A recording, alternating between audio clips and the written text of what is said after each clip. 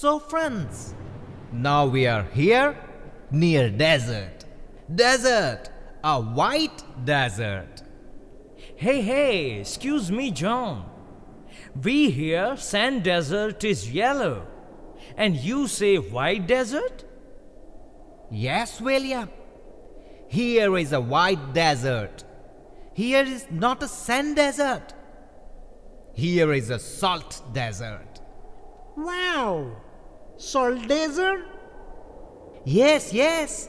I came here last year in Ranotsav. 1 minute, John, 1 minute. I'm very hungry. So, first, can we take some food and then we travel ahead? Hey, Willie! Look there! That is a small village. Let's go there.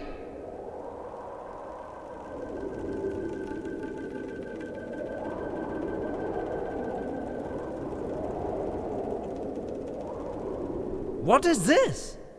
This is a stone. Hey, John, this is not only stone, but it's a carving stone. Look, some figure carved inside, man.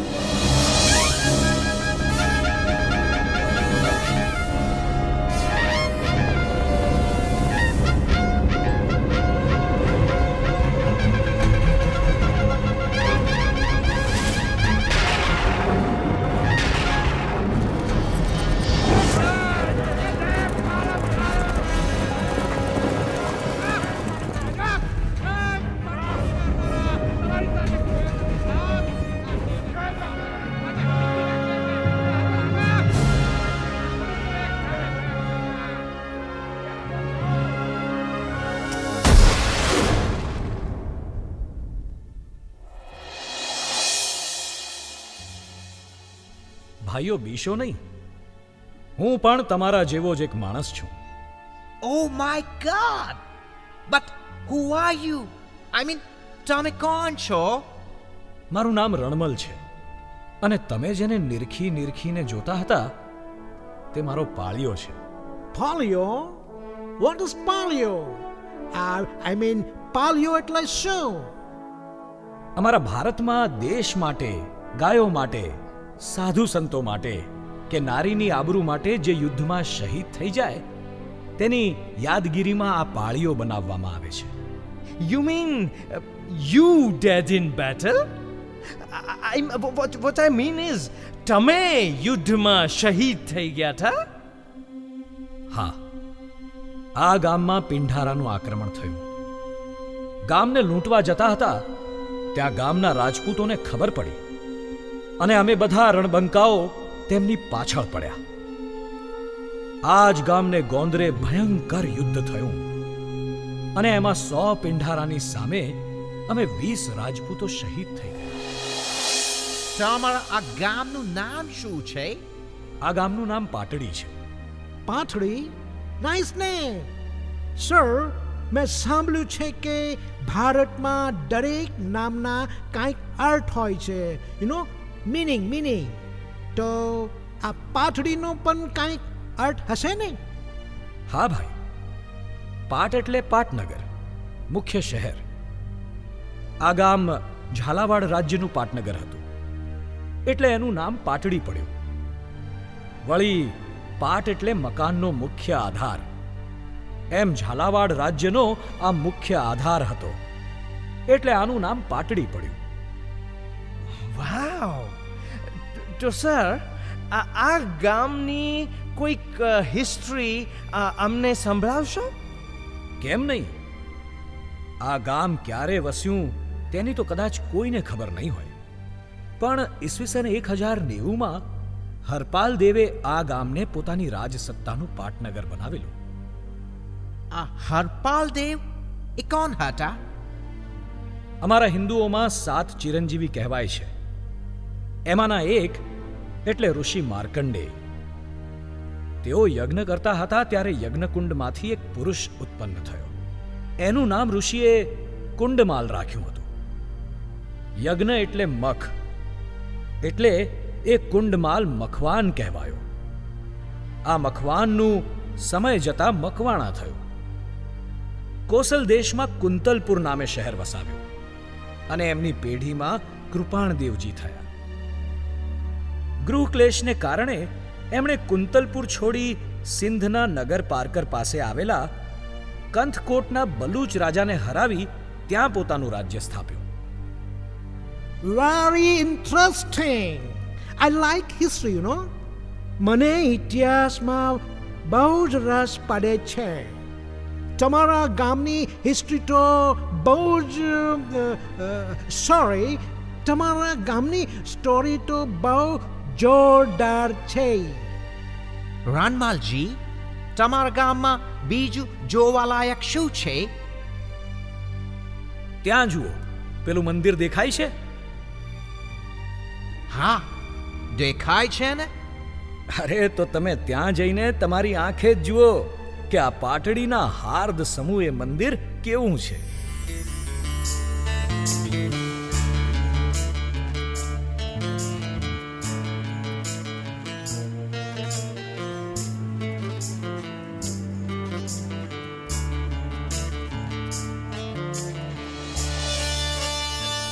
જય સ્વામિનારાયણ. જય સ્વામિનારાયણ ભાઈઓ. જય સ્વામિનારાયણ. નમસ્તે નમસ્તે નમસ્તે. What is this? This is Varnindra Dham.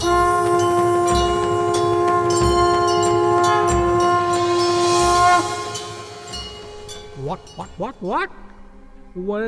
Varnindra Dham? એ વળી શું છે?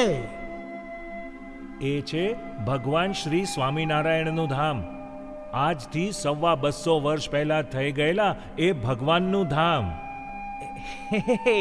આ સ્વામિનારાયણ ભગવાન, આ નામ મેં ક્યાંક સાંભળ્યું છે. આ એ જ સ્વામિનારાયણ ભગવાન કે જેમણે તમારા જ અંગ્રેજ ગવર્નર સર માલ્કમને શિક્ષાપત્રી આપેલી. આ બાજુમાં આવેલ અમદાવાદ સ્વામિનારાયણ મંદિરની જમીન પણ અંગ્રેજોએ જ આપેલી. અંગ્રેજો સ્વામિનારાયણ ભગવાનના કાર્યોથી બહુ પ્રભાવિત હતા. તેઓ કહેતા હતા કે જે કામ અમારી બંદૂકોની ગોળી ના કરી શકી એ સ્વામિનારાયણની બોલીથી થાય છે. હા, ગુજરાતને અંધશ્રદ્ધા અને વહેમમાંથી બહાર કાઢનાર જો કોઈ હોય તો તે હતા અમારા સ્વામિનારાયણ ભગવાન. આ વર્ણિન્દ્ર ધામ એ ભગવાનનું જ મંદિર છે. આ તમારા સ્વામિનારાયણ વાળા મંદિરો બહુ બાંધે છે, એનું શું કારણ? કારણ કે આ મંદિરો અમારી ભારતીય સંસ્કૃતિની ઓળખાણ છે. પરાત્પર પરમેશ્વરને પામવાનું ઠેકાણું છે. આપણા હૃદયની ભાવનાઓ ભગવાન સુધી પહોંચાડવાનું સ્થાન છે. સંસારના ત્રિવિધ તાપમાં સળગતા માનવ આત્માને શાંતિ પમાડવાનું અને ભગવાનને પોતાને રહેવાનું ઠેકાણું છે. Oh, I see. તમારી વાત સાચી છે. આવા મંદિરોના જે પણ ભાવે કે કુભાવે દર્શન કરે ને તો તેના જીવનું પરમ કલ્યાણ થાય છે. ભાવથી દર્શન કરે તો તેનું સારું થાય, પણ જે કુભાવે કરે તેનું પણ. હા ભાઈ, ભગવાનનો સ્વભાવ જ ગોળ જેવો છે. જાણતા ખાઓ કે અજાણતા ખાઓ, ગોળ તો ગળ્યો જ લાગે. આવો, તમને ભગવાન સ્વામિનારાયણના જીવનનો આવો જ એક પ્રસંગ દેખાડીએ. આ સુરેન્દ્રનગર જિલ્લાના મૂળી શહેરના ચોર એ વખતે બહુ પ્રખ્યાત હતા. એમાં એક ચોરની મંડળીમાં 20-25 ચોર સાથે મળીને ચોરી કરે. એમાં એક વખત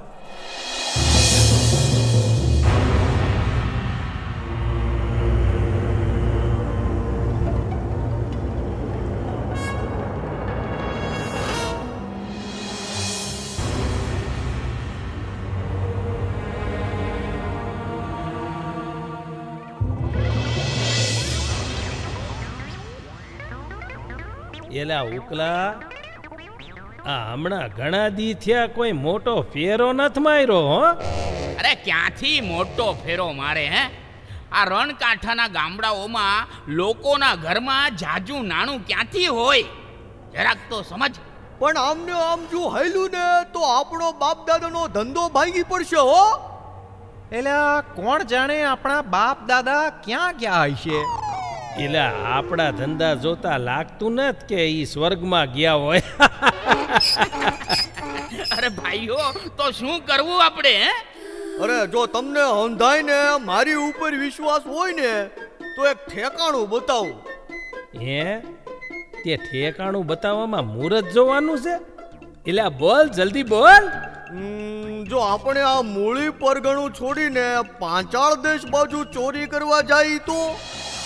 ઠેઠ પાંચાળ બાજુ? અને હા, એમાંય ગઢડામાં ધાડ પાડીએ તો? ભાઈ, આપણે કોઈ દી આ મૂળી પરગણું છોડીને બહાર ગયા જ નથી. તે ગઢડું જોયું લાગે છે. જોયું તો મેં નથી, પણ સાંભળ્યું છે કે ગઢડામાં કોક સ્વામિનારાયણ નામે ભગવાન કહેવાય છે. એ ગઢડાના દાદા ખાચર દરબાર એને ભગવાન તરીકે માને છે. હા, એલા ભગવાનને ઘેર ચોરી? કાં ભૂલી ગયો? અરે ગયા મહિને શંકરના થાળા માથે ચડીને જળ જારી નહોતી ચોરી?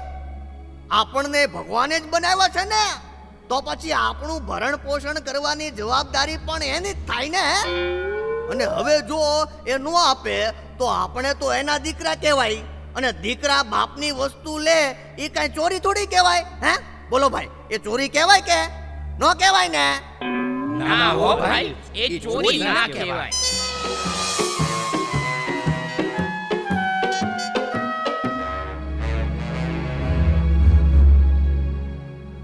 પણ એ ગઢડાના ફેરામાંય મોટું જોખમ છે.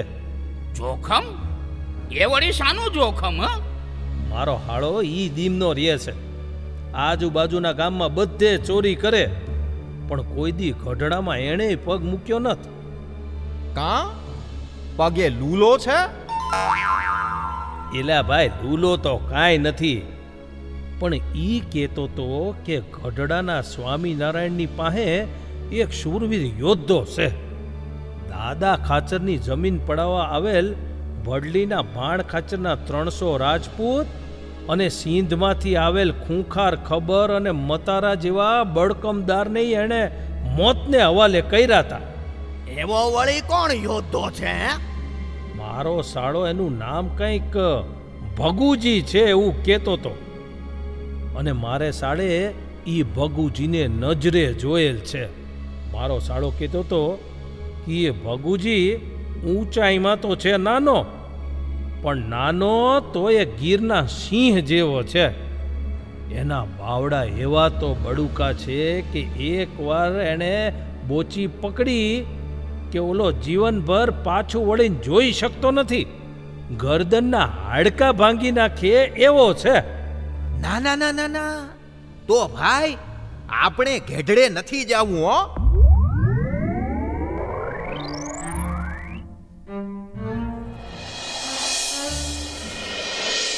અરે પણ આ ભગુજીનું શું કરવું?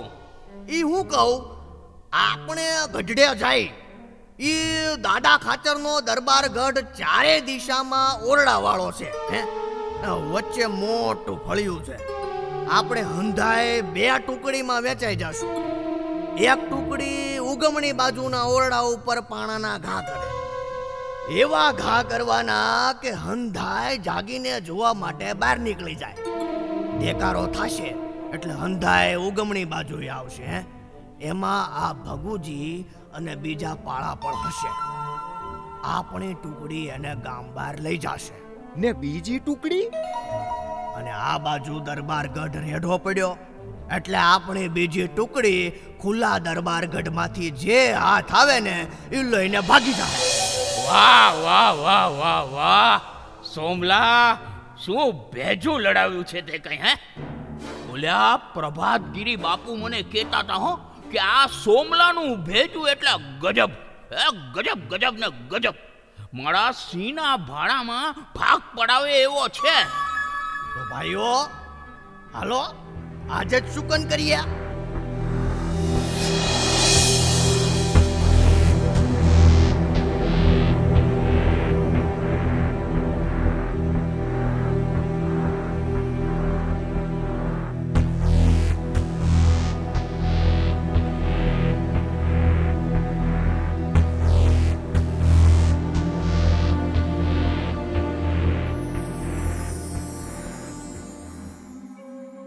આ ચોરો ચોરી કરવા ગઢડા આવ્યા, પણ ફાવ્યા નહીં.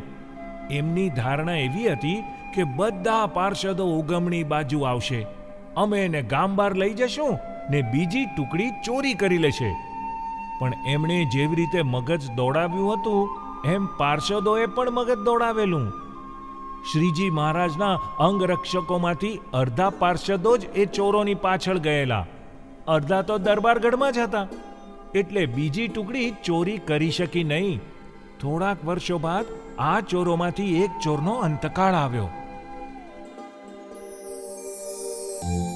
મોટા ભાઈ, આ માંદગીએ તો તમારા શરીરને હાવ ફોલી ખાધું છે. ભાઈ ખોડા, મારી આખી જિંદગી ચોરી કરવામાં જ ગઈ. આ હાથે કાંઈ દાન પુણ્ય કે ધર્મ ધ્યાન નથી કર્યું. તેનો અંત સમય એવો જ હોય ને ભાઈ. ભાઈ, તમારા જીવને ગત કરો, તમારી પાછળ હું દાન પુણ્ય કરીશ. લ્યો, હું તમારી દવા લેતો આવું છું. હા, એ ભગવાન, આ મારો જીવ ગત ક્યાંથી થાય? હું તો અવગતે જવાનો છું ભાઈ. અવગતે નહીં જાય, પણ અક્ષરધામમાં જશે.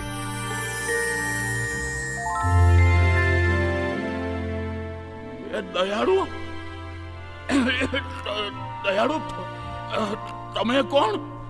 કેમ, અમને ના ઓળખ્યા? તમે ટોળી સાથે ગઢડે ચોરી કરવા આવ્યા હતા. અમે એ જ ભગવાન સ્વામિનારાયણ. ઓ પ્રભુ, તમે અહીં ક્યાંથી? અમે તને અમારા અક્ષરધામમાં તેડી જવા માટે આવ્યા છીએ. અરે પ્રભુ, મેં તો તમારા કોઈ દી દર્શન પણ નથી કર્યા.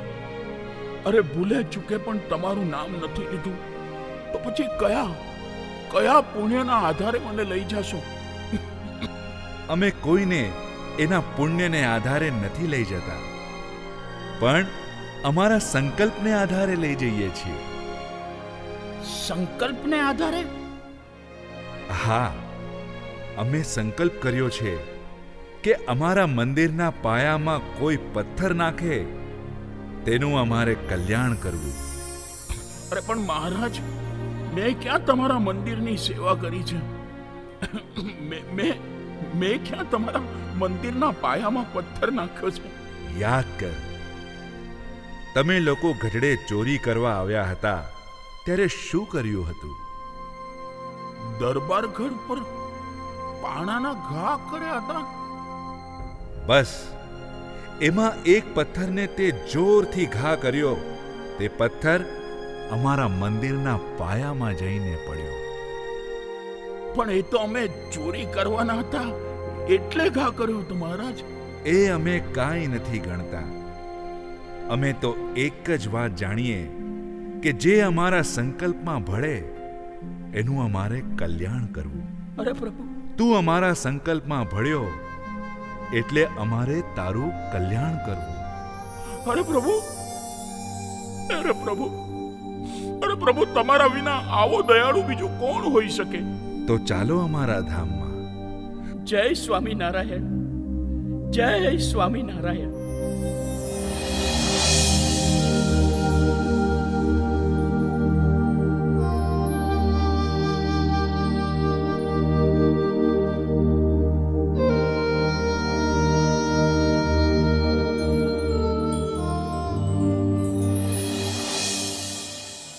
આવો છે ભગવાનનો અને ભગવાનના મંદિરોનો મહિમા. એક્સક્યુઝ મી, પણ આ ગામને અને સ્વામિનારાયણને શું connection? What I mean is શું સંબંધ? પાટડી અને સ્વામિનારાયણને તો બહુ જ જૂનો સંબંધ. સાંભળો, કેટલા સંબંધ છે તે જણાવું. ઋષિ માર્કંડેય યજ્ઞ કર્યો અને કુંડમાલ મકવાણા ઉત્પન્ન થયા, અને માર્કંડેય જ ભગવાન સ્વામિનારાયણનું નાનપણનું નામ પાડેલું. અને એ જ માર્કંડેય ઋષિ સ્વામિનારાયણના સાધુ પણ થયેલા. એમનું નામ શું છે? જૂનાગઢના જોગી મહાપુરુષદાસજી સ્વામી. કુંડમાલ મકવાણાએ કોસલ દેશમાં રાજ્ય કર્યું. એ કોસલ દેશ એટલે ભગવાન સ્વામિનારાયણની જન્મભૂમિ. Wow! What a matching!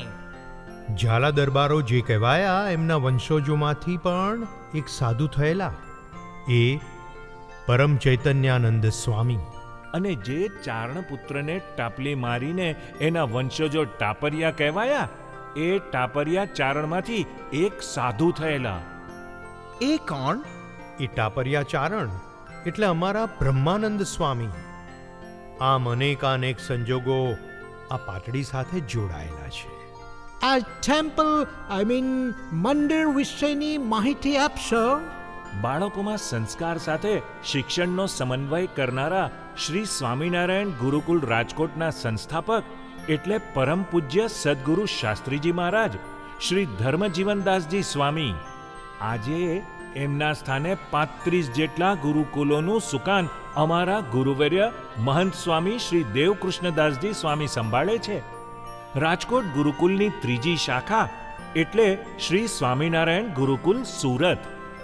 એ સુરત ગુરુકુલના સંચાલક સ્વામી શ્રી ધર્મવલ્લભદાસજી સ્વામીએ નર્મદા કિનારે નીલકંઠ ધામનું નિર્માણ કર્યું. Oh, yeah. I know that place. જ્યારે હું નાઇટમાં ભારતના તીર્થો સર્ચ કરું ત્યારે નીલકંઠ ધામનું નામ પણ આવે છે.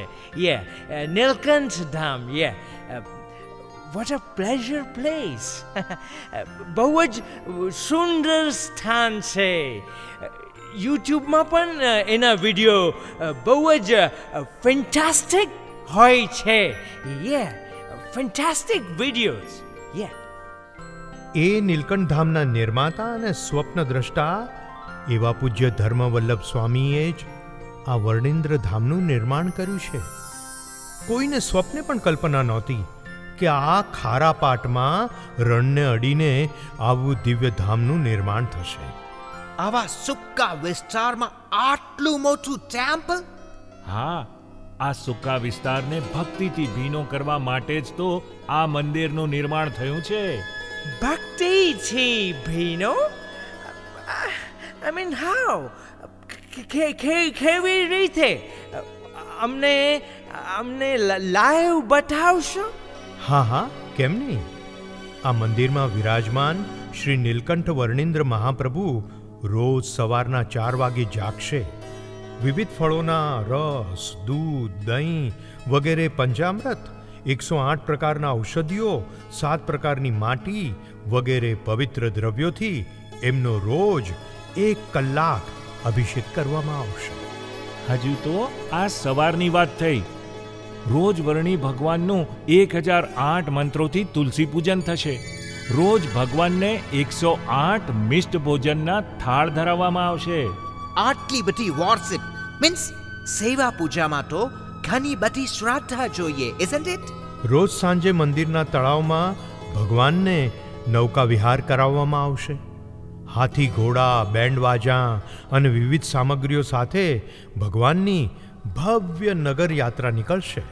અને એમાંય સાંજની મહાનિરાજન આરતીના દર્શનો લાવો તો કંઈ અલગ જ હશે.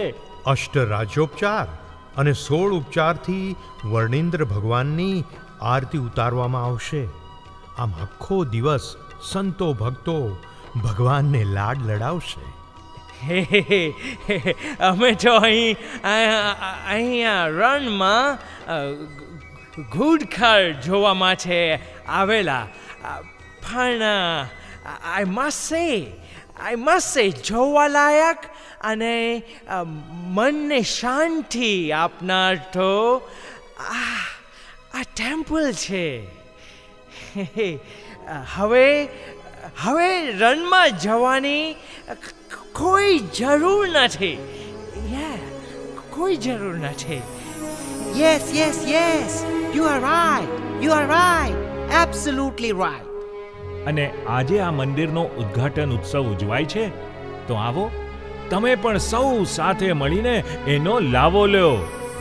બોલો સ્વામી નારાયણ ભગવાનની જય. બોલો નીલકંઠ ભગવાનની જય. બોલો સહજાનંદ સ્વામી મહારાજની જય. બોલો સ્વામિનારાયણ ભગવાનની જય. બોલો નીલકંઠ વર્ણિન્દ્ર ભગવાનની જય. બોલો સહજાનંદ સ્વામી મહારાજની